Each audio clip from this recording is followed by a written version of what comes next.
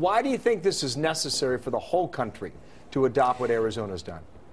I was just down on the border, Texas, New Mexico, Arizona.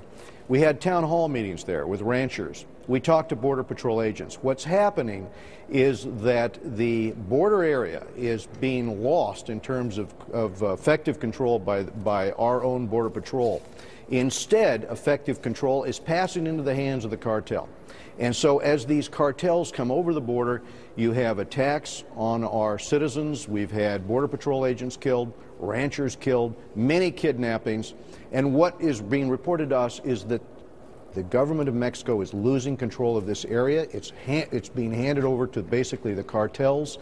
And so we have to respond. And we need to give the Border Patrol the tools they need to do it. I want to go through your three specific aspects to this. Number one, you want to give local police, including state troopers at the state level, the authority to enforce immigration laws, which is identical to Arizona, correct?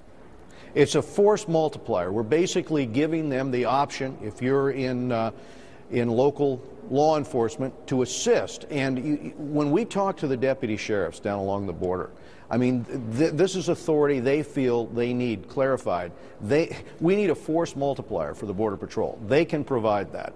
So that's one of the things we're doing, but we're also doing some additional steps. Okay, and I'll get to those now. Establish operational control of the border. That is correct. Is that a fence? Is that personnel? Is it both? 700 miles of fencing, which right now needs to continue to be built. We were in areas in New Mexico and Arizona where, unlike what we saw in El Paso, where our law enforcement officers can now deploy behind the fence to protect themselves, we were in situations where the Border Patrol agents were wide open to attack. You know, there were over 900 assaults on Border Patrol agents last year, so that's part of it. But there's other equipment that they need along the border as well. That needs to be done, and they need the ability to go into the interior, into national park land, into BLM land, in order to have hot pursuit of the smugglers. And right now, that's called into question, so we stipulate that the Secretary of the Interior cannot stop our Border Patrol agents from going into that territory. How now that's a national issue. Also, you say review visas for consulate positions. Well, what's important about that, sir?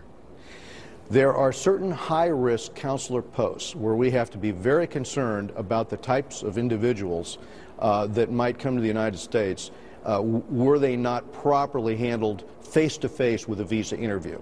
You saw with the Christmas Day bomber, his attempt to hit us in the United States, the importance of visa security. So we're ratcheting up, we're strengthening visa security, and these are the recommendations that we've received from those on the front lines who are concerned about those particular consular posts, oftentimes in countries of particular concern to the United States because of the degree of terrorism that comes out of those particular areas. So we're addressing that as well in the legislation. Even with the Republican majority in the House, can this pass? Do you have enough support for this?